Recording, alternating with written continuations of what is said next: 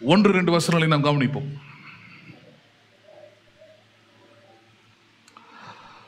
ரோமர்கள் நிருபம் 12ஆம் அதிகாரம் 1-2 வசனங்கள். அப்படி இருக்க சகோதரரே, நீங்கள் உங்கள் சரீரங்களை பரிசுத்தமும் தேவனுக்கு பிரியமான ஜீவ பலியாக ஒப்புக் கொடுக்க வேண்டும் என்று தேவனுடைய இரக்கங்களை முன்னிட்டு உங்களை வேண்டிக் கொள்கிறேன். இதுவே நீங்கள் செய்யத்தக்க புத்தியுள்ள ஆராதனை. நீங்கள் இந்த பிரபஞ்சத்துக்கு ஒத்த வேஷம் தெரியாமல் தேவனுடைய நன்மையும் பிரியமும் பரிபூர்ணமான சித்தம் என்னதென்று பகுத்தறியத்தக்கதாக உங்கள் மனம் புதிதாகிறதுனாலே மறுரூபமாகுங்கள். உங்களோடு கூட இந்த ஞாயிற்றுக்கிழமையின் காலைகளிலும் தொடர் போதனையாக பேசிக்கொண்டு வருகிற தலைப்பு யூ ஆர் நியூ கிரியேஷன், நீங்கள் புதிய சிருஷ்டிகள் என்கிற தலைப்பின் கீழே நான் பேசிக்கொண்டு வருகிறேன். 2 கொரிந்தியர் 5ஆம் அதிகாரத்தில் சொல்லப்படுகிறது, ஒருவன் கிறிஸ்துவுக்குள் இருந்தால் அவன் புது சிருஷ்டியாய் இருக்கிறான், பழையவைகள் எல்லாம் ஒழிந்து போயின, எல்லாம் புதிதாயின என்று சொல்லப்பட்டிருக்கிறது. நீங்கள் கிறிஸ்துவுக்குள் இருப்பதனால் உங்களுக்கு உண்டாகிற முதலாவது நன்மை என்னது? பழையவைகள் எல்லாம் ஒழிந்து எல்லாம் எப்படி மாறுகிறதாம்?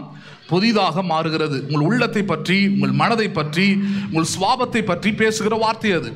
வேற எந்த விதமான வெளி தோற்றத்தை பற்றி பேசுகிற காரியம் அல்ல. ஒருவன் கிறிஸ்துவுக்குள் இருப்பதனால் அவன் உள்ளத்தில் என்ன விதமான மாற்றங்கள் உண்டாகிறது, அவன் மனதில் என்ன விதமான மாற்றங்கள் உண்டாகிறது, அவனுடைய செயலில் அது எப்படிப்பட்ட பாதிப்பை கொண்டு வருகிறது என்கிற காரியத்தை பற்றி பேசுகிறாங்க. பேசும்போது சொல்றார், புதிய சிருஷ்டி சில காரியங்களை செய்வாங்க. அதில் முதல் காரியம் என்னன்னா, ரோமர் 12:1 சொல்லப்படுகிறது, நீங்கள் இந்த பிரபஞ்சத்துக்கு ஒத்த வேஷம் தெரியாமல், மன்னிக்கும், அப்படி இருக்க சகோதரரே, நீங்கள் உங்கள் சரீரங்களை ஜீவனுள்ள பலிகளாக ஒப்புக் கொடுக்க வேண்டும் என்று தேவனுடைய இரக்கங்களை முன்னிட்டு வேண்டிக் கொள்கிறேன். இதுவே நீங்கள் செய்யத்தக்க புத்தி உள்ள ஆராதனை.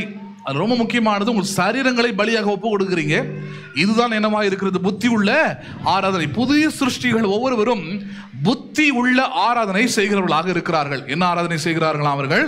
ஆங்கிலத்தில் இன்டெலிஜென்ட் வர்ஷிப் இருக்குது, அறிவார்ந்த ஆராதனை. சரி, எது அறிவார்ந்த ஆராதனை? ஆராதனை ஏதோ கூடி வந்து பாட்டு பாடி பிரசங்கத்தை கேட்கறது மட்டும் ஆராதனை இல்லை. ஆண்டவருக்காக வாழ்க்கை அர்ப்பணித்து ஒவ்வொரு நாளும் அவருடைய சித்தத்தை செய்து, அவருடைய உண்மையை பேசி, அவருடைய சத்தியத்தின்படி நடந்து, தேவனுடைய பிள்ளைகள் என்கிற சாட்சியில் ஒவ்வொரு நிமிடம் நிற்பதே ஆராதனை தான். அதான் முழுமையாக ஒப்பு கொடுப்பது. சரி, இந்த சரீரங்களை ஒப்பு கொடுக்கணும்னு சொல்லும்போது வெறும் இந்த சரீரத்தை பிரகாரம் ஏதோ பேசுறாருன்னு கிடையாது. அங்கே முக்கியமான ஒரு சத்தியத்தை கொண்டு வர்றாரு. என்னது? மனிதன் வெறும் சரீரமாக இல்லை, அவன் ஆவி, ஆத்துமா, அதுக்கப்புறம் தான் என்னவா இருக்கிறது? சரீரமா இருக்கிறது. இதுல டெம்பரவரியானது எதுன்னு பார்த்தீங்கன்னா சரீரம் தான். நமக்கு இருக்கிற சரீரம் மட்டும்தான் இது நிரந்தரமற்றதா இருக்கிறது. மற்றதெல்லாம் ரொம்ப முக்கியமானதாக இருக்குது. எது? தேவனுடைய, தேவன் நமக்கு தந்திருக்கிற ஆவி, அவர் தந்திருக்கிற ஆத்துமா, இந்த சரீரத்தையும் அவர் தான் கொடுத்துருக்கிறார். ஆனால் இந்த சரீரத்தை மட்டும் எங்கிருந்து எடுத்திருக்கிறார்? இதை மண்ணினாலே எடுத்திருக்கிறார். எங்கிருந்து எடுத்திருக்கிறார் இதை? ஆமாம். ஆனால் ஆத்மா அப்படி இல்லை. தேவன் தம்முடைய சுவாசத்தை ஊழ்ந்தினான், மனுஷன் ஜீவ ஆத்மாவானான் இருக்குது. தேவன் தம்முடைய ஆவியை நம்ம உள்ளத்திலே வைத்திருக்கிறார் இருக்குது. இதெல்லாம் அவருது. அதனால தான் பாருங்க, மரணம்னு ஒன்று வரும்போது ஆவியும் ஆத்மாவும் தேவனிடத்தில் போயிடுது. ஏன்னா அது அவருடையது. சரீரம் எங்கே போயிடுது? அது மண்ணுக்கு போயிடுது. ஏன்னா அது மண்ணுக்குரியது. மண்ணிலிருந்து எடுத்துருக்கிறபடினாலே அவன் மண்ணுக்கே திரும்பக்கூடிய அந்த காரியமும் உண்டாகுது. சரி, அப்போ இதில் கவனிக்க வேண்டிய முதல் காரியம் என்னது? ஆவி, ஸ்பிரிட். தேவன் ஆவியா இருக்கிறார் என்று வேதம் சொல்லுகிறது. தேவன் எப்படி இருக்கிறாராம்? அவர் ஆவியா இருக்கிறார். இயேசு சொல்றாரு, என்னை தொழுது கொள்கிறவர்கள் ஆவியோடும் உண்மையோடு என்ன பண்ண வேண்டும்? தொழுது கொள்ள வேண்டும். அதனாலதான் நமக்கு தேவனுக்கு என்ற உருவத்தையும் வைக்கிறது இல்லை, தேவனுக்கு எந்த விதமான வெளிப்பிரகாரமான அடையாளங்களையும் கொடுக்கிறது இல்லை. காரணம், நாம் ஆராதிக்கிற தேவன் அவர் எப்படி இருக்கிறார்? அவர் ஆவியா இருக்கிறார். சரி, where can the spirit can stay? அதான் கேள்வியாங்க. ஆவி எங்கு தங்கி வாசம் பண்ண முடியும்? ஹலோ, புரியுதுங்களா உங்களுக்கு? உலகத்தில் போய் கேட்டிங்கன்னா அவங்க வேறு விதமாக சொல்லுவாங்க. அவங்க எங்கேயாவது ஒரு இடத்துல தொடர்ச்சியாக ஒரு இடத்துல ஆக்சிடென்ட் நடக்குதுன்னா சொல்லுவாங்க, அந்த இடத்துல ஒரு ஆவி இருக்குதுங்கன்னுவாங்க. அந்த இடத்துல என்ன இருக்குது? ஒரு ஆவி இருக்குதுன்னுவாங்க. ஆனால் அதே ரோட்டில் எத்தனை பேர் நல்லா போயிட்டு நல்லா வராங்க. அந்த ஆவி அவங்களையும் அட்டாக் பண்ணலன்னு தெரியல, ரெஸ்ட் எடுத்துருக்கும் போல இருக்குது. அப்போ உலகத்தில் பொறுத்த வரைக்கும் ஆவின்றது வெளியே எங்கேயோ சுற்றுது, எங்கேயோ இருக்குதுன்றது அவங்களுடைய கான்செப்ட். ஆனால் உண்மை என்ன? நம்முடைய ஆவி எங்கே இருக்குதுன்னு பார்க்கணும். நம்முடைய ஆவி எங்கே இருக்கிறது? நம்முடைய சரீரத்துக்குள்ளே வைக்கப்பட்டிருக்கிறது. எங்கே வைக்கப்பட்டிருக்கிறது? அது இட் இஸ் இன் அஸ், நமக்குள்ளே இருக்கிறது ஆவி. அதனால் வெளியே போயிட்டு அது வெளியெல்லாம் சுத்த முடியாது. அது பிசாசு வேற, சாட்டனிக் ஸ்பிரிட் வேற, ஈவில் ஸ்பிரிட் வேற. நான் சொல்றேன், இந்த ஆவி என்பது நமக்கு ஒரு மனுஷன் மரித்து போனால் அது ஒரு மனுஷனுக்குள்ள இருக்கிற ஆவின்றது அது தேவன் அவனுக்குள்ள தந்திருக்கிறார் பாருங்க.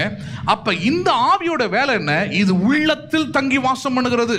எங்க தங்கி வாசம் பண்ணுகிறது? இது உள்ளத்தில் தங்கக்கூடிய இடம். அது ஆவிக்கு ஒரு வீடு இருக்குன்னா அது எங்க இருக்குதுன்னா நம்முடைய உள்ளத்துல தான். நம்முடைய இருதயம், அது இன்னொரு வார்த்தையில் சொல்றோம், அதை ஹார்ட். இந்த உள்ளம் தான் என்ன பண்ணுகிறது? மனதுக்கு எல்லா விதமான ஆர்டரையும் கொடுக்குது. உள்ளத்துல என்ன இருக்குதோ அதான் என்ன பண்ணுது, மனது கேட்குது, மனது அதை விரும்புது, மனது அதை ஆசைப்படுது, மனது அதை செய்யணும்னு துடிக்குது. ஏன்னா உள்ளம் அப்படிப்பட்டதா இருக்குது. அப்ப இந்த மனம் என்ன செய்யணும்னு ஆசைப்படுதோ அதுதான் செயல்ல வருது. சரீரம் அதை கேட்க ஆரம்பிக்குதாங்க. அப்ப அவர் சொல்றார், உங்கள் சரீரங்களை ஜீவனுள்ள பலியா ஒப்பு கொடுக்கணும்னா இந்த சரீரத்தை இயக்கக்கூடிய மனம் மாறணும். இந்த மனம் தேவனுக்கேற்ற மனமாய் மாற வேண்டும் என்றால் இந்த மனதை இயக்குகிற உள்ளம் என்ன பண்ண வேண்டும், மாற வேண்டும். உள்ளம் மாற வேண்டும் என்றால் அங்க யார் இருக்க வேண்டும், அங்க பரிசுத்த ஆவியானவர் அங்க இருக்கணும். யார் இருக்கணும், அங்க ஆவியானவர் இருக்கணும், அங்க ஆவி இருக்கணும். ஏனென்றால் நமக்குள்ளே வேற ஒரு ஆவி இருக்கிறது. வேதம் அதை உலகத்தின் ஆவின்னு சொல்லுது. அதை பிறக்கும் போதே நமக்குள்ள நம்முடைய உள்ளம் கெட்டு போய் நமக்குள்ள பாவம் இருந்து இந்த உலகத்தின் ஆவியினாலே ஆட்கொள்ளப்படுகிறோமா. ஆனால் ரட்சிக்கப்பட்ட பிறகு ஒருவன் புது சிருஷ்டியாக மாறின பிறகு எது ஒழிந்து போகிறது, அவன் உள்ளத்தில் இருக்கிற அந்த பழைய ஆவி அகற்றப்பட்டு தேவ ஆவியானவர் அவனுக்குள்ள என்ன பண்ணுகிறார், அங்கே தங்கி வாசம் பண்ணி அவருடைய சித்தங்களை, அவருடைய விருப்பங்களை, அவருடைய ஆசைகளை, அவருடைய நோக்கங்களை, அவருடைய திட்டங்களை அவனுக்குள்ள இருந்து அங்கே தொடங்க ஆரம்பிக்கிறாங்க. உள்ளத்திலிருந்து தான் ஒரு கிறிஸ்துவனுடைய முதல் மாற்றம் என்பது என்ன பண்ணுகிறது, அங்கே ஆரம்பிக்கிறத நம்ம பார்க்குறாங்க. சரி, இதன்படி நம்ம பார்த்து கொண்டு வருகிற காரியத்தில் கடந்த நாட்களில் நம்ம பார்த்த காரியம் repentance should comes through spirit. அதாவது மனம் திரும்புதல் ஆவியின் மூலம் வர வேண்டும் என்பதை பார்த்தோம். மனம் திரும்புதல் எதன் மூலமாக வர வேண்டும், அவனை மனதை மாற்ற விரும்புகிற, மனதை ஆண்டவருக்காக ஒப்பு கொடுக்க விரும்புகிற, மனதிலிருந்து ஆசைப்பட்ட ஆண்டவருக்காக ஏதோ ஒரு சித்தத்தை நான் செய்ய விரும்புகிறேன்னா that should be intended by the spirit. எதனால் ஆட்கொள்ளப்பட வேண்டும், அது ஆவியினால் ஆட்கொள்ளப்பட வேண்டும், அது ஆவியினால் செயல்படுத்தப்பட வேண்டும், அது ஆவியினால் நடத்தப்பட வேண்டும். மனம் ஆனால் எப்படிப்பட்டதா இருக்குது, உள்ளத்தை அதை கண்டுக்கிறதே இல்லை. மனம் உலகத்தோடு ஆட்கொள்ளுது, உலகத்தை பார்க்குது, உலகத்தை கேட்குது, உலகத்தில் இருக்கிற காரியங்களை உள்ள கொண்டு வருது. So it is occupied by the world. அதனால தான் இப்போ என்ன பண்ணணும், மனதை உலகத்தை பார்க்காத, உலகத்தை கேட்காத, உலகத்தில் நீ அடிமை ஆகாத, உள்ளதுன்னு சொல்கிறத கேளு, இருதயம் சொல்கிறத கேளு. அப்போ இருதயத்தை என்ன பண்ணணும், அதை தேவனுடைய வார்த்தையால், தேவனுடைய வசனத்தால், பரிசுத்த ஆவியானவரால் நீங்கள் நிரப்பி வைத்திருக்கும் பொழுது உங்கள் உள்ளம் என்ன கட்டளை இடுகிறதோ அதை உங்கள் மனம் என்ன பண்ணும், விரும்ப ஆரம்பிக்கும். உங்கள் மனம் அதை செய்ய தூண்டும். உங்கள் மனம் எதை விரும்புதோ அதை தான் உங்கள் செயலில் நீங்கள் பார்க்க முடியும். இந்த 3 காரியத்தில் தான் அங்கே இருக்குது. சரி, அதில் முதலாவது காரியம் பார்த்து கொண்டு வருகிறோம். இந்த உள்ளத்தில் இருக்கிற ஆவியை பற்றி நம்ம பார்த்து கொண்டு வருகிறோம். இந்த ஆவியை குறித்து பார்க்கும்போது அதில் ஒரு காரியத்தை ரோமர்லேருந்து எடுத்து காமிச்சிருந்தேன். உள்ளத்திலே யூதனானவனே யாராக இருக்கிறான், யூதனா இருக்கிறான். உள்ளத்தில் இஸ்ரவேலா இருக்கிறான். பிறப்பின் மூலமாக இஸ்ரவேலன் அல்ல என்றார். எதன் மூலமாக இஸ்ரவேலன் அல்லாமல், ஆபிரகாமின் சந்ததியில் நான் பிறந்துட்டேன், அந்த வம்சத்தில் பிறந்துட்டேன் அப்படின்றதுனால அவன் இஸ்ரவேலன் அல்ல. உள்ளத்தில் யூதனா இருக்கிறவனே யூதன். அப்படின்னா உள்ளத்தில் தேவனுடைய கட்டளைகளை, தேவனுடைய பிரமாணங்களை, தேவனுடைய நியாய பிரமாணங்களை உள்வாங்கி கொண்டவன், அதை ஏற்றுக்கொண்டவன், அதை அங்கீகரித்தவன், உள்ளத்தில் அளவில் தேவனை அறிந்திருக்கிறவனை யாராக இருக்கிறான், யூதனாய் இருக்கிறான். அது கிறிஸ்தவத்துக்கும் பொருந்தும். கிறிஸ்தவன் என்றால் யார், ஏதோ ஒரு மத சம்பிரதாயத்தை நான் செஞ்சு முடிச்சுட்டேன், அதெல்லாம் வேற. ஆனால் உண்மையான கிறிஸ்தவம் என்ன, என் உள்ளத்தில் ஆண்டவருக்கு இடம் கொடுத்துருக்கிறேன், உள்ளத்தில் ஆண்டவருடைய ஆவி ஆளுகை செய்யும்படியாக இடம் கொடுத்துருக்கிறேன், உள்ளத்தில் தேவ ஆவியானவர் எனக்குள்ள செயல்படும்படியாக என் உள்ளத்தை கொடுத்துருக்கிறேன். தேவனுடைய வார்த்தை, தேவனுடைய வசனம், தேவனுடைய சத்தியம் என் உள்ளத்திலிருந்து அவைகள் என்ன பண்ணுகிறதாங்க, வெளிப்படக்கூடியதா இருக்கிறது. எங்கிருந்து வெளிப்படுது, அது வெறும் காதில் கேட்டு வாயில பேசுறது இல்லை, வெறும் மனதோ காதில் கேட்டு சும்மா மனதுக்குள்ள கொண்டு போய் அப்படி விட்டுறது இல்லை, உள்ளத்தில் கொண்டு போயிடுறோம். அங்கதான் மாற்றவும் முடியாது, அழிக்கவே முடியாது, எடுத்துக்கொள்ளவும் முடியாது என்றார். அதனால பழைய உடன்படிக்கையில் ஆண்டவர் சொன்னார், உள்ளத்தில் எழுதுமன்னார்.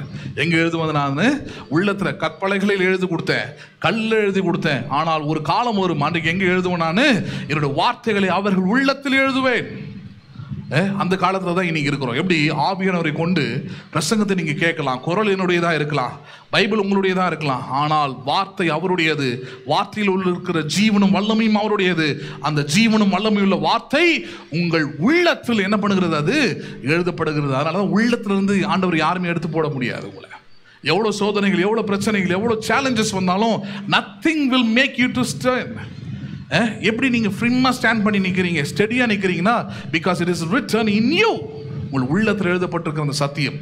அதனால 1000 சேலஞ்சஸ் இருந்தாலும் அதெல்லாம் தாண்டி தேவனை ஆராதிக்கிறோம், தேவனை துதிக்கிறோம், தேவனுடைய வார்த்தையை கேட்கிறோம், தேவன் மேல நம்பிக்கையுள்ளவர்களாக இருக்கிறோம்னா காரணம் என்னன்னா, உள்ளத்தில் எழுதப்பட்டிருக்கிற சத்தியம். எங்க எழுதப்பட்டிருக்கிற சத்தியம், அது உள்ளத்தில் எழுதப்பட்டிருக்கிற சத்தியம். இன்றைக்கு அடுத்த கட்டமாக ஒரு காரியத்தை நம்ம பார்க்கிறோம். இன்றைக்கு நம்ம பார்க்க போகிற தலைப்பு, ஆவியின்படி நடப்பதே புத்தி உள்ள ஆராதனை. Walking according to the spirit is an intelligent worship. இந்த தலைப்பின் கீழே தான் நாம் பார்க்க இருக்கிறோம். ஆவியின்படி நடப்பதே. எதன்படி நடப்பதே? சரி, ரோமர் 8வது அதிகாரம் 1 முதல் 6 வசனங்களை நாம் பார்ப்போம். ரோமர் 8வது அதிகாரம் 1 முதல் 6 வசனங்கள். ஆனபடியால் கிறிஸ்து இயேசுவுக்கு உட்பட்டவர்களாய் இருந்து மாம்சத்தின்படி நடவாமல் ஆவியின்படியே நடக்கிறவர்களுக்கு ஆக்கினை தீர்ப்பு இல்லை. எதன்படி நடக்கிறவர்கள்? ஆவியின்படியே நடக்கிறவர்களுக்கு என்ன கிடையாது? ஆமா, எல்லா மனுஷனுக்கும் இருக்கிற கடைசி பயம் அதான். எல்லா பக்தியான மனுஷனுக்கும் அல்லது எல்லா கிறிஸ்தவர்களுக்கும் அல்லது எல்லா பக்தி மார்க்கத்தில் இருக்கிறவங்களுக்கு இருக்கிற பயம் என்னன்னா, ஆக்கினை தீர்ப்புனா தண்டனை, பனிஷ்மெண்ட். தண்டனை கிடைக்குமோ, கடவுள் என்ன ஏதாவது பண்ணிடுவாரோ, கடவுள் என்ன வந்து அழிச்சிருவாரோ, ஏதாவது பண்ணிடுவாரோன்ற அந்த ஆக்கினை தீர்ப்பு உணர்வு பாருங்க எல்லா மனுஷனுக்குள்ளே அந்த ஆட்கொள்ளும். முக்கியமாக பக்தியாக இருக்கிறவங்களுக்குள்ள அதிகமான இந்த காண்டம்னேஷன் திங்கிங் இருக்கும் அவங்களுக்குள்ள. அவங்களுக்கு தான் சொல்றாரு, ஆவியின்படி நடந்தால் அவர்களுக்கு என்ன கிடையாது, அங்கே ஆக்கினை தீர்ப்பு இல்லைன்றார். அதுக்கு முன்னாடி ஒரு வார்த்தை இருக்குது, மாம்சத்தின்படி நடவாமல் இருக்குது. எதன்படி நடவாமல்? அங்கே ஏன் அந்த வார்த்தையை கொண்டு வர்றார்? மாம்சம்னா என்ன? ரொம்ப சிம்பிளா புரிஞ்சுக்கலாம். மாம்சம்னா என்னது?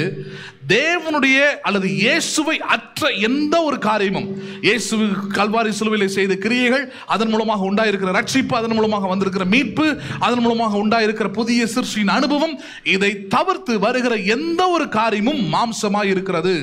எந்த ஒரு காரியமும் என்னவா இருக்கிறது? மாம்சம்னா இந்த உலகத்தின் மக்களால் உண்டாயிருக்கிற காரியங்கள். இன்னும் சொல்ல போனா பழைய ஏற்பாட்டில் இருக்கிற நியாய பிரமாணங்கள் உட்பட. நிறைய பேர் பார்த்தீங்கன்னா சில கிறிஸ்தவர்கள் வீட்டில் 10 கட்டளைகள் எழுதி போட்டிருப்பாங்க. எனக்கு ஒருத்தர் சொல்லவே சொன்னார், 10 கட்டளைகள் எதுக்கு திரும்ப வீட்டு வாசல் எழுதி போட்டிருக்கிறேன்? அவர் வீட்டில் இருந்து உள்ளே இருந்து வெளியே வரணும்னா அது படிச்சுட்டு தான் வர முடியாது. அவர் சொல்றார், ஒவ்வொரு முறையும் நான் வெளியே போகிறதுக்கு முன்னாடி இது 10ஐயும் படிச்சுட்டு இது 10 படி வாழணும்னு தான் வெளியே போகிறேன் அப்படின்றார். உள்ள பிரச்சனை நிறைய நேரம் உள்ளே தான் இருக்குது, வெளியே இல்லை. வெளியெல்லாம் நல்ல பிள்ளைங்களாக தான் இருந்துப்போம். ஹலோ, பிரச்சனை உள்ளே தான் இருக்குது. உள்ளதான் பொய் இருக்குது, உள்ளதான் எல்லா வேலையும் இருக்குது. வெளியே போகும்போது ரொம்ப நல்ல பிள்ளைங்க மாதிரி இருந்துக்கிறோம், வெளியே போகும்போது ரொம்ப நல்ல மனுஷங்களாம் நடந்துக்கிறோம். But what inside your home? உங்கள் வீட்டுக்குள்ளே எப்படி இருக்கிறீங்க? யாரும் பார்க்காத நேரத்தில் எப்படி இருக்கிறீங்க? அந்த நேரத்தில் உங்களுக்கு உள்ளம் எப்படிப்பட்டதாக இருக்குது? இதெல்லாம் தான் அங்கே கேள்வியாங்க. அதனால தான் சொல்றாரு, நியாயப்பிரமாணம் கொடுக்கப்பட்டது எதுக்குன்னா, பவுலே சொல்றாரு, அது உங்களை உணர்த்தும்படியாக, நீங்கள் பாவி என்பதை நீங்கள் உணரணும், நீங்கள் அங்கீகரிக்கணும், அதுக்காக கொடுக்கப்பட்டதே ஒழிய நியாயப்பிரமாணம் ஒரு மனுஷனையும் பூரணப்படுத்துவதில்லை என்றார். நியாயப்பிரமாணம் ஒரு மனுஷனை என்ன பண்ணுவதில்லை. நீ 10 கட்டளையை படிக்கிறதுனால நீ பர்ஃபெக்ட் ஆகிட முடியாது. நீ 10 கட்டளைகளை படிச்சுட்டு போறதுனால நீ போய் சொல்லாமையோ களவு செய்யாமையோ இச்சிக்காமையோ இருக்க போறது இல்லை. ஹலோ, பேசுறது புரியுதுங்களா உங்களுக்கு? அதான் அந்த 9 கட்டளைகளை கூட எல்லாரும் நிறைவேற்றி விடுவாங்க. இந்த 10வது கட்டளை ஒன்று இருக்குது பார்த்தீங்களா? Do not be lust. என்னது அது? இச்சையாது இருப்பாயாக. என்ன பண்ணாது இருப்பாயாக? இச்சை என்பது பாருங்க, நிறைய நேரத்தில் அது புரியாமல் சில நேரத்தில் யூடியூப்ல ரொம்ப கதறானுங்க. சபைக்கு போகிறதில்ல, ஒழுங்கான பிரசங்கத்தை கேட்கறதில்ல, கேட்காதனால இச்சைனாலே வெறும் ஒரு ஆணுக்கும் பெண்ணுக்கும் இருக்கிற அந்த காரியத்தை தான் இச்சைன்னு பார்க்குறாங்க. இல்லைப்பா, இச்சைனாலே அதுக்கு பேர் என்ன தெரியுமா? ஒழுங்கு போய் படிக்கணும். தவறான ஆசை அல்லது தேவனுடைய விருப்பத்திற்கு எதிரானதுன்னு அர்த்தம். எந்த இதுக்கு எதிரானது? தேவனுடைய விருப்பத்துக்கு எதிரானது எல்லாமே இச்சை தான். பண ஆசை என்னது? அது இச்சை. என்னது அது? பணத்தை இச்சைன்னு சொல்லலை வேதம். நீங்கள் போய் தெளிவாக படிங்க. பண ஆசை எல்லா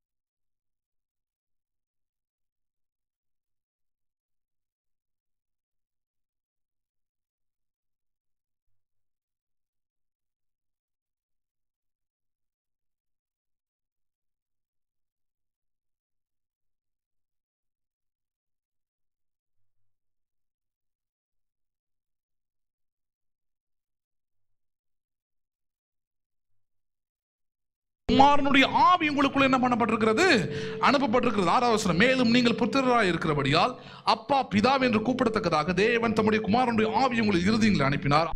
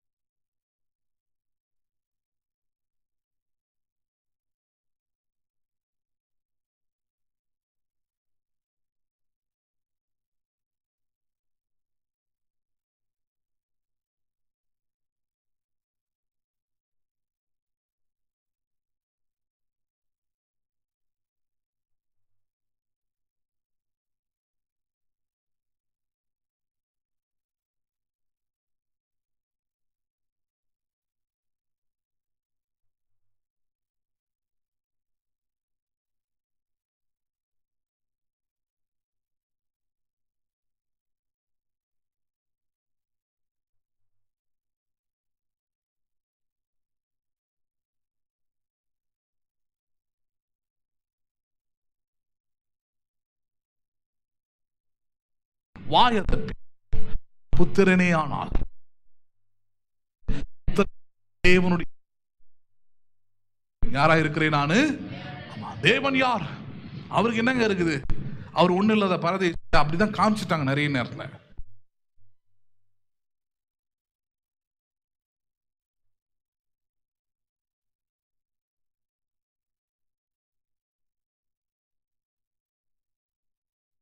மாட்டை கொட்டா அது கூட அவரது கிடையாது, அது இன்னொருத்தருது. பிறக்கிறதுக்காக அவர் வந்து அங்கே ஹையர் பண்ணி வச்சிருந்தாரு, கொடுத்து வச்சிருந்தாங்க, அங்கே பிறந்தாராக்கும், இவ்வளோதான் அவர் அப்படின்ற மாதிரி பேசி வச்சுறாங்க. இல்லை, வசனம் சொல்றது, வானம் எனக்கு சிங்காசனம், பூமி எனக்கு பாதபடி. பூமியும் அதில் உள்ள யாவும் யாருடையது? கர்த்தருடையதுன்னு இருக்குது. பூமியில் உள்ளதெல்லாம் யாருடையது? பூமியில் இருக்கிற வெள்ளி பொண்ணு எல்லாம் யாருடையது?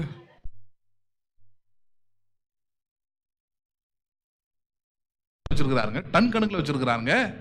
நீங்க தாங்க உரிமையா என்ன பண்ணணும்? அதை கடையில் போய் எடுத்துக்க சொல்லிட்டாருன்ட்டு எங்கிருந்து எடுத்துக்கணும்? அதை விசுவாசத்தில் எடுத்துக்கொள்ளணும். இன்னைக்கு இல்லாமல் இருக்கலாம், ஆனால் இஸ்ரவேல் ஜனங்களை வித்தின் 1 நைட்ல ஆக்குனாருங்க. பொன்னோடும் பொருளோடும் புறப்பட செய்தார். எப்படி புறப்பட செய்தாரா? ஓவர் நைட்ல. அவரால் தான் முடியாது. நேற்று நைட்டு வரைக்கும் ஒண்ணுமே இல்லை, நில் பேங்க் பேலன்ஸ். புரியுதுங்களா இல்லையா? ஒரு திருகாணி கூட இல்லை நம்ம லாங்குவேஜில் சொல்லணும்னா. ஆனால் அடுத்த நாள் நைட்டில், அடுத்த நாள் காலையில் கிளம்புறானுங்க பாருங்க. எப்படி கிளம்புனானுங்களா அவனுங்க? பொண்ணோடும் பொருளோடும் கிளம்புனாங்களாம்.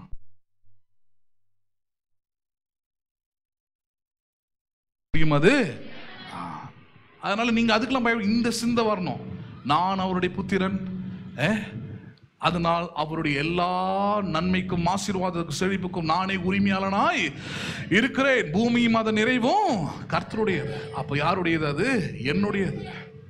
என்கிட்ட எப்படி நில் பேலன்ஸ் ஓடிடுமா? வெறும் கடன்லயே என் வாழ்க்கை ஓடிடுமா? வெறுமையிலேயே வாழ்க்கை ஓடுமா? ஓடாது. ஏன் காரணம்? நான் அவருடைய புத்திரன்.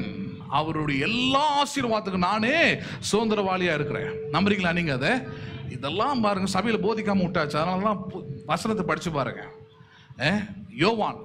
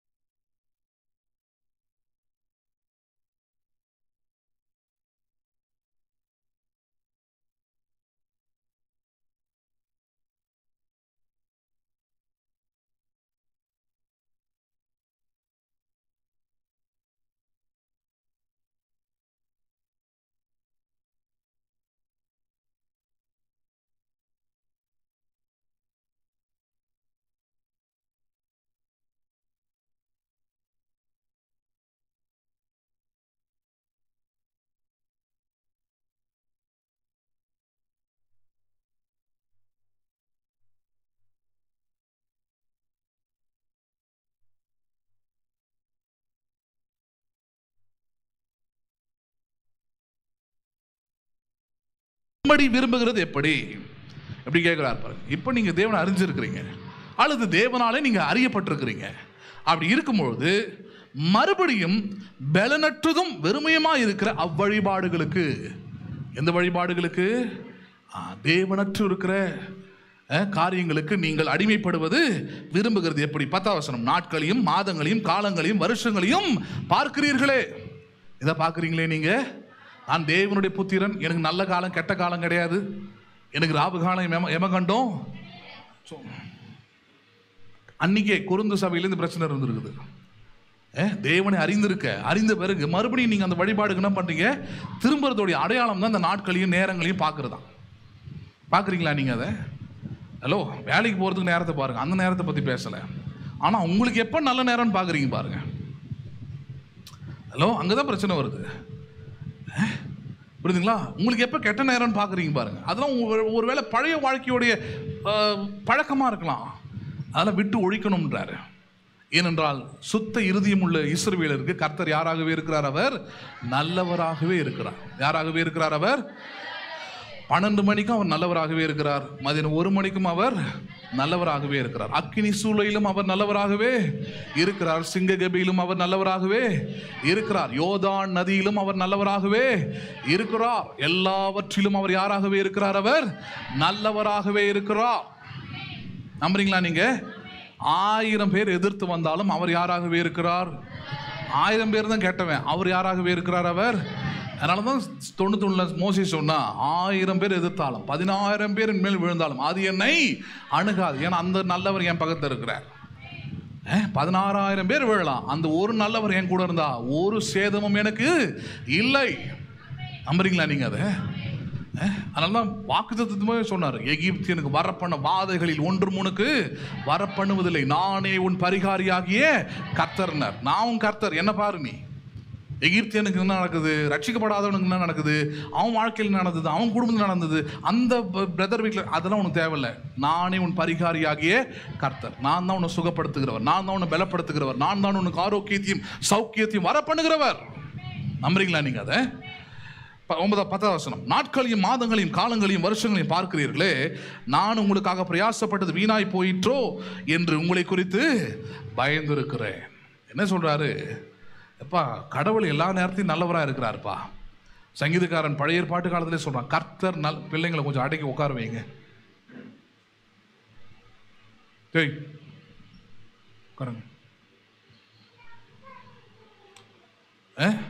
கர்த்தர் நல்லவர் என்பதை என்ன பண்ணி பாருங்கள், ருசித்து பாருங்கள். How taste and see that the Lord is good. கர்த்தர் நல்லவர் என்பதை என்ன பண்ணி பாருங்கள் நீங்கள். அது சொல்றாரு. அது நம்ம அதுதான் பண்ணணும். ஒவ்வொரு நிமிஷமும் நம்ம நிந்திக்கிறவங்களுக்குலாம், சண்டை போடுறவங்களுக்குலாம், நம்மளை பற்றி தூற்றி திரியிறவங்க இருக்கலாம், அதெல்லாம் இல்லாமல் வாழ்க்கை எப்படி வாழ முடியும்? நீங்கள் இன்ட்ரெஸ்டிங்காக இருக்கும். நீங்கள் இதை பார்த்துட்டிங்கன்னா கர்த்தர் நல்லவராக இருக்கிறார். கர்த்தர் யாராக இருக்கிறார்? அதை ருசி பார்க்க ஆரம்பிச்சுன்னா இன்னும் எவ்வளோ ஒன்றா பண்ணிக்கிட்டே இரு, பேசிக்கிட்டே இரு, பண்ணிக்கிட்டே இரு, குழியை நோண்டிக்கிட்டே இரு. தான் வெட்டின குழியில் தானே விழுவான். ஏன் வேலை வேடிக்கை பார்க்கறது? என்ன அதுக்கு தான் உண்டாக்கி இருக்கிறாரு. இஸ்ரவேலே நீ சும்மா இரு, நான் உனக்காக யுத்தம் பண்ணுவேன். நீ அமைதியாக வேடிக்கை பாரு. நீ ஏன் கொதிக்கிற? இன்னும் மேட்ச் முடியல. பாக்ஸிங்லாம் எடுத்துக்கிட்டிங்கன்னா 20 ரவுண்ட் இருக்கும். ஃபஸ்ட்டு 15 ரவுண்டு வரைக்கும் ஒரு ஆள் அடி வாங்குற மாதிரியே இருக்கும். இன்னும் மேட்ச் முடியல, இன்னும் 5 ரவுண்ட் இருக்குது. கடைசி 5 ரவுண்டில் இந்த 15 ரவுண்ட் வரைக்கும் அடி வாங்கணும் வச்சு பொழப்பான் பாருங்க. ஏன்னா இந்த 15 ரவுண்டில் அவன் ஃபுல்லாக மொத்தம் அவனுடைய பலன் எல்லாம் போயிருக்கு, எனர்ஜி எல்லாமே.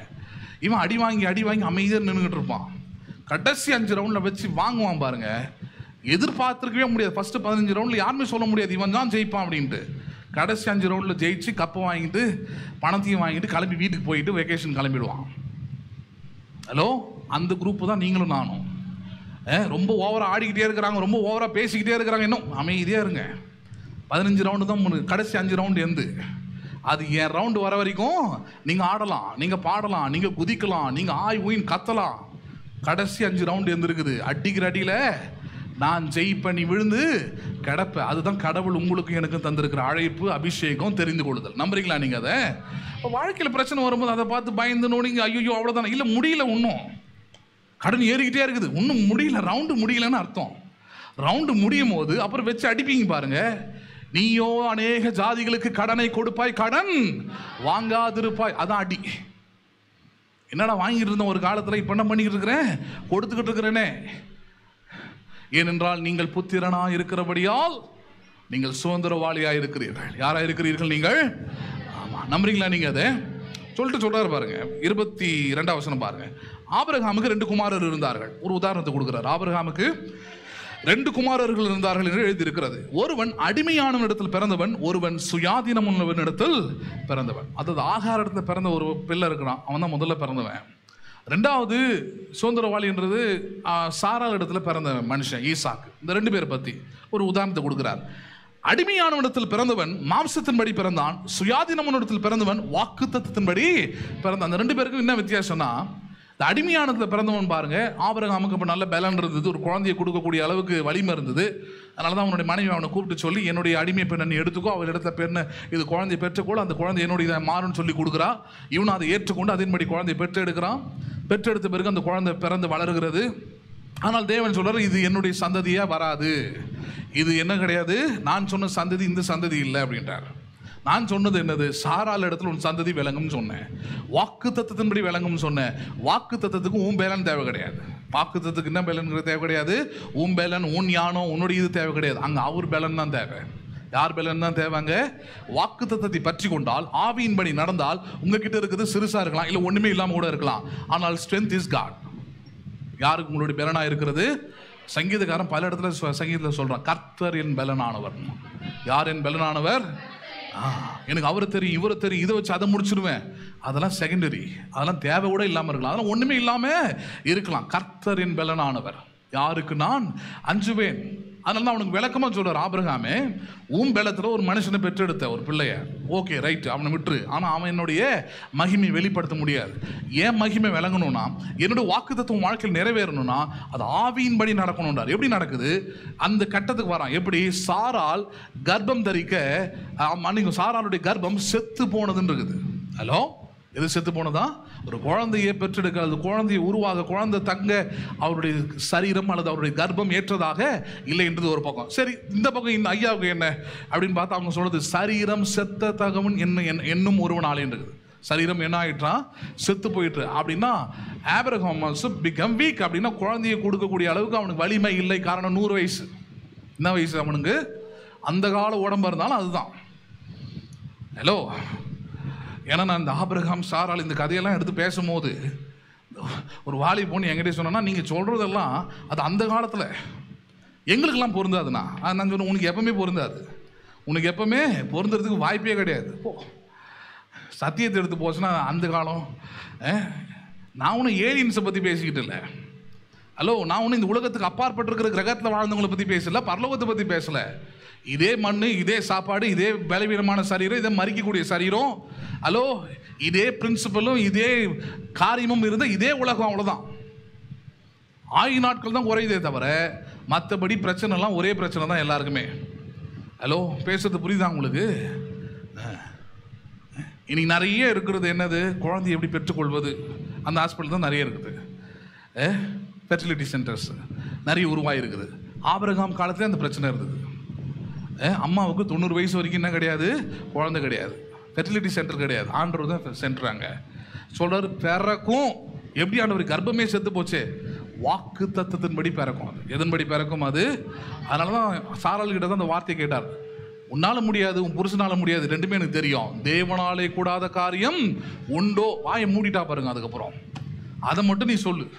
உனக்கு அந்த நம்பிக்கை இருக்குதா?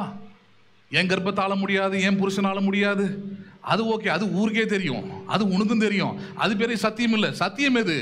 என்னால முடியாதது, என் புருஷனால முடியாதது தேவனாலே கூடும். யாராலே கூடும்? அது அவராலே கூடும். என் பலத்தால முடியாதது, என் பணத்தால முடியாதது, என்னுடைய அறிவால முடியாதது, என் திறமையால முடியாதது அவராலே கூடும். நம்புறீங்களா நீங்க? அதை அப்ப அதை தான் இங்க கொண்டு வர்றார். வாக்கு தத்துவத்துக்கும் மாம்சத்தின்படி பிறந்தவங்க என்ன? மாம்சத்தின் பிறந்தா சாதாரணமா நடக்கிற விஷயம். ஆனால் வாக்கு தத்துவத்தின்படி பிறக்கிற பெரிய சேலஞ்ச். அங்க எந்த ஒரு ஆதாரமும் இல்லை, தேவன் மட்டுமே ஆதாரம். யார் மட்டுமே ஆதாரம்? அங்க God alone the source. தேவன் மட்டுமே யாரா இருப்பது அங்க ஆதாரம். 23 அடிமையான இடத்தில் பிறந்தவன் மாம்சத்தின்படி பிறந்தான், சுயாதீனமான இடத்தில் பிறந்தவன் வாக்குத்தத்தத்தின்படி பிறந்தான். இவைகள் ஞான அர்த்தம் உள்ளவைகள். அந்த ஸ்திரீகள் 2 ஏற்பாடுகளாம். ஒன்று சீனாய் மலையில் உண்டான ஏற்பாடு, அது அடிமைத்தனத்துக்குள்ளாக பிள்ளை பெறுகிறது, அது ஆகார் என்பவள் தானே. ஆகார் என்பது அரபு தேசத்தில் உள்ள சீனாய் மலை. அந்த ஆகார் இப்பொழுது இருக்கிற எருசலேமுக்கு சரி. இவள் தன் பிள்ளைகளோடு கூட அடிமைப்பட்டிருக்கிறாளே. மேலான எருசலேமோ சுயாதீனம் உள்ளவள், அவளே நாம் எல்லோருக்கும் தாயானவள். அந்தபடி பிள்ளை பெறாத மலடியை மகிழ்ந்திரு, கர்ப்ப வேதனைப்படாதவளை களிப்பாய் எழும்பி ஆர்ப்பரி. புருஷன் உள்ளவளை பார்க்கிலும் அநாதை ஸ்திரீகளுக்கு அதிக பிள்ளைகள் உண்டு என்று எழுதியிருக்கிறது. சகோதரரே, நாம் ஈசாக்கை போல வாக்குத்தத்தத்தின் பிள்ளைகளாய் இருக்கிறோம். பாயிண்ட். யாரா இருக்கிறோம்? ஆபிரகாமின் சந்ததி தான் நீங்களும் நானும். ஆனால் ஆபிரகாமின் சந்ததியில் நீங்கள் யார்? இஸ்மவேலின் சந்ததியா அல்லது ஈசாக்கின் சந்ததியா தான் கேள்வி.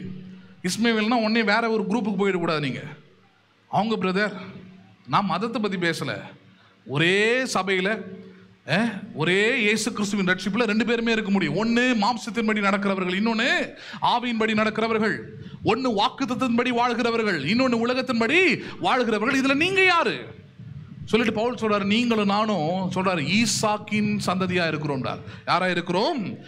ஈசாக்கை போல வாக்குத்தத்தத்தின் பிள்ளைகளாய் இருக்கிறோம். அப்படின்னா வாக்குத்தத்தத்தை நம்புகிறோம், தேவனுடைய ஆவியை நம்புகிறோம். தேவனுடைய ஆவி நம்முடைய உள்ளத்தில் வாசம் செய்து அவருடைய பலம் நமக்குள்ள விளங்கி அவருடைய கிரியைகள் நமக்குள்ளே நடப்பிப்பதை அதை விரும்புகிறோம், நம்ம அதை நம்புகிறோம், அதை விசுவாசிக்கிறோம்.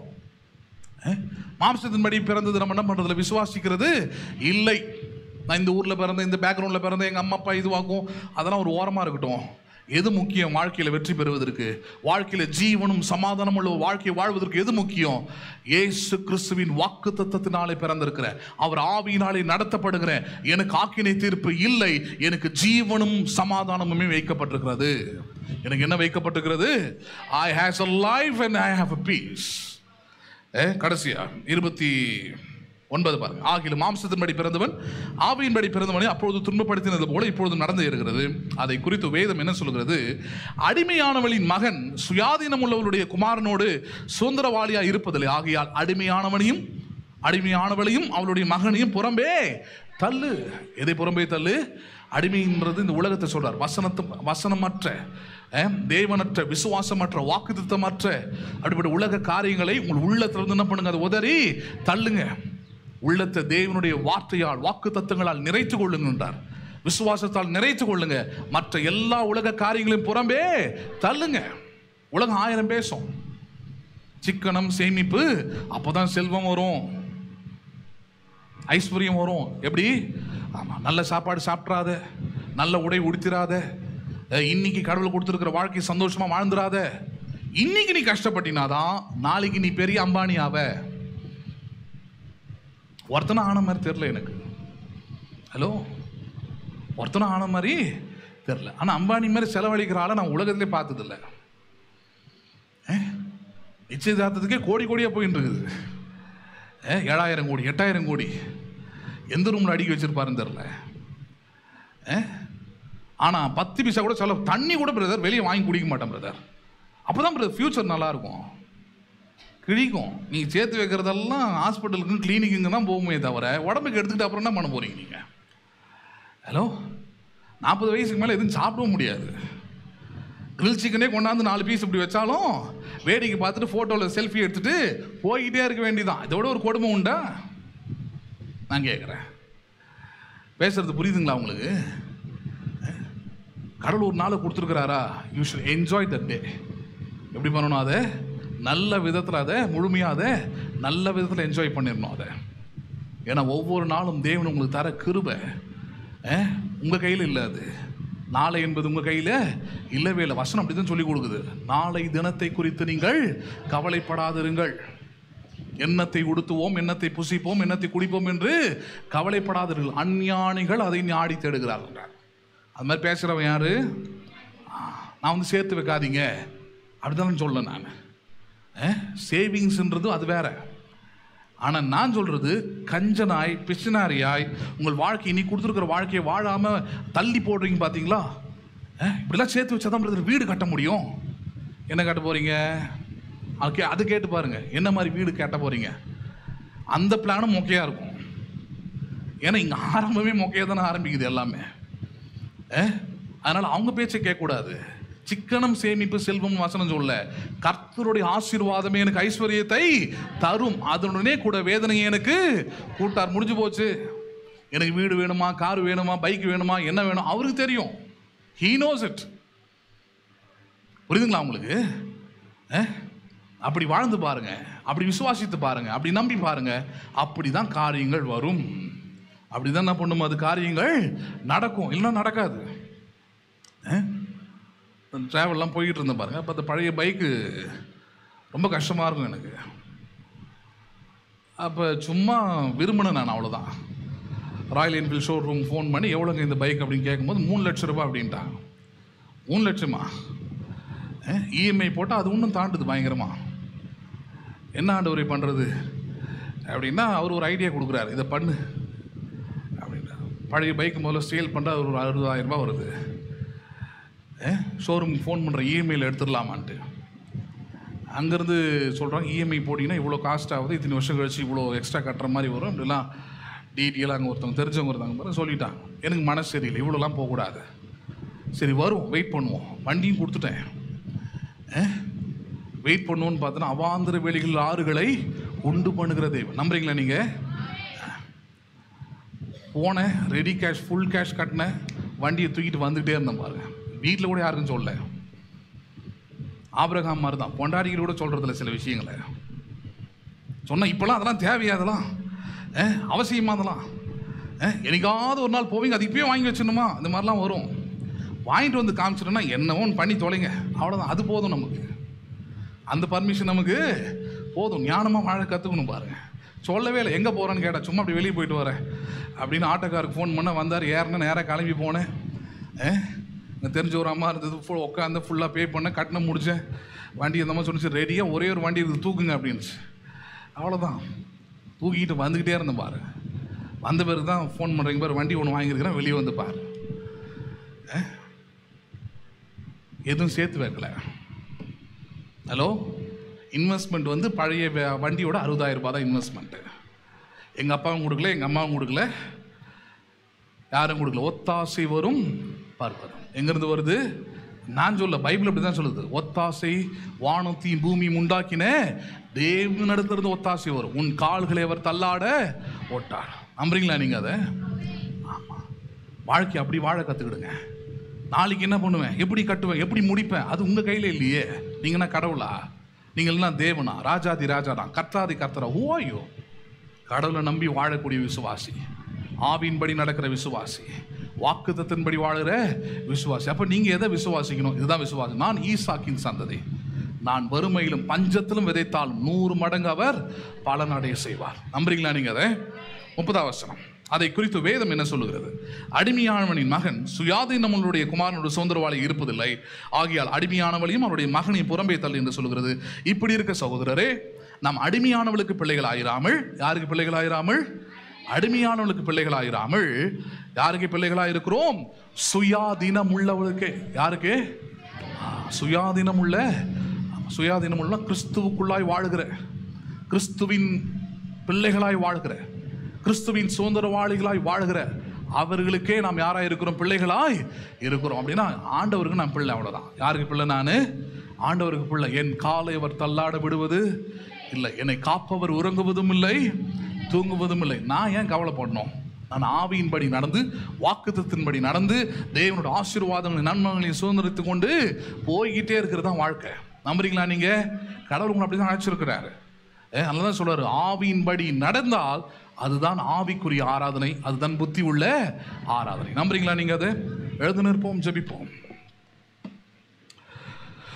ஸ்தோத்திரிக்கிறோம் ஆண்டவரே, நாங்கள் உம்மை ஸ்தோத்திரிக்கிறோம், ஸ்தோத்திரிக்கிறோம், ஸ்தோத்திரிக்கிறோம். எங்கள் அன்பும் இருக்குமுள்ள பரலோக தகப்பனே, இந்த ஆசீர்வதிக்கப்பட்டதான தர்மியான நல்ல காலை வேலைக்காக நன்றி செலுத்துகிறோம். நேரம் மட்டுமாக உம்முடைய வார்த்தைகளுக்காக ஸ்தோத்திரம். உம்முடைய வார்த்தை எங்களுக்குள்ளே, எங்கள் உள்ளத்திலே பரிசுத்த ஆவியினர் கொண்டு நீர் எழுதினபடியால் நன்றி செலுத்துகிறோம். ஆவியின்படி நடப்பதை புத்தி உள்ள ஆராதனை, மாம்சத்தின்படி நடப்பதல்ல. உலக சிந்தை, உலக எண்ணம், உலக வழக்கத்தின்படி வாழ்வது எங்களுடைய வாழ்க்கை அல்ல. நம்முடைய வாக்குத்தத்தின்படி வாழ்வது, நம்முடைய வாக்குத்தத்தின்படி செயல்படுவது, நம்முடைய வாக்குத்தத்தை நம்பி இருப்பதே எங்களுடைய வாழ்க்கை. இதற்காக அழைக்கப்பட்டிருக்கிறோம், இதற்காக நாங்கள் வேர் பிரிக்கப்பட்டிருக்கிறோம். அதற்காக நன்றி செலுத்துகிறோம். கூடி வந்திருக்கிற பார்த்த கேட்ட ஒவ்வொரு பிள்ளைகளுடைய வாழ்க்கையும் இந்த வார்த்தைகளால், இந்த வசனங்களால் மாற்றப்படுவதாக, உள்ளத்தில் விசுவாசம் உண்டாவதாக, வாக்குத்தத்தின் பிள்ளைகளாக எல்லாவற்றையும் சுதந்திரிக்கிற சுதந்திரவாளிகளாக கர்த்தர் நீர்வழி நிலைநிறுத்துகிறபடியால் ஸ்தோத்திரம். ஆவியின்படி நடக்கிறவர்களுக்கு நீர் வைத்திருக்கிற ஜீவனும் சமாதானமும் அவைகள் எங்களுடையதாக இருக்கிறபடியால் நன்றி செலுத்துகிறோம். ஒவ்வொருவரையும் அப்படியே வழி நடத்துவீராக. ஒவ்வொருவரையும் ஜீவனையும் சமாதானத்தையும் சுதந்திரிக்கிற வாழ்க்கையை கர்த்தர் தருவதற்காக ஸ்தோத்திரம். வந்திருக்கிற பார்த்த கேட்ட ஒவ்வொரு பிள்ளைகளையும் ஆசீர்வதியும். சரீர பலவீனத்தோடு இருக்கிற ஒவ்வொரு பிள்ளைகளுக்கும் உங்களுடைய பலன் உண்டாவதாக, உங்களுடைய தேவரையில் உங்களுடைய சுகம் உண்டாயிருப்பதாக. என்னென்ன காரியங்களுக்காக உங்களுடைய பிள்ளைகள் வேண்டுதலில் விண்ணப்பங்களை ஏறெடுக்கிறார்கள், அவைகள் எல்லாவற்றுக்கும் கர்த்தர் நீர் ஆம் என்றும் ஆமீன் என்றும் பதில் அனுப்பினபடி ஸ்தோத்திரம். நன்மைகளை, ஜீவனை, ஆசீர்வாதங்களை, கிருபைகளை பிள்ளைகள் ஒவ்வொரு நாளும் பெற்று அனுபவிக்க உதவி செய்யும். எங்கள் ஆண்டவரும் அருமை இரட்சகருமாய் இருக்கிற இயேசுவின் நாமத்தில் ஜெபிக்கிறோம் ஜீவனுள்ள நல்ல பிதாவே, ஆமென். என் ஆத்துமாவே கர்த்தரை ஸ்தோத்திரி, என் முழுமே பரிசுத்த நாமத்தை ஸ்தோத்திரி. என் ஆத்துமாவே கர்த்தரை ஸ்தோத்திரி, கர்த்தர் செய்த சகல உபகாரங்களை மறவாதே.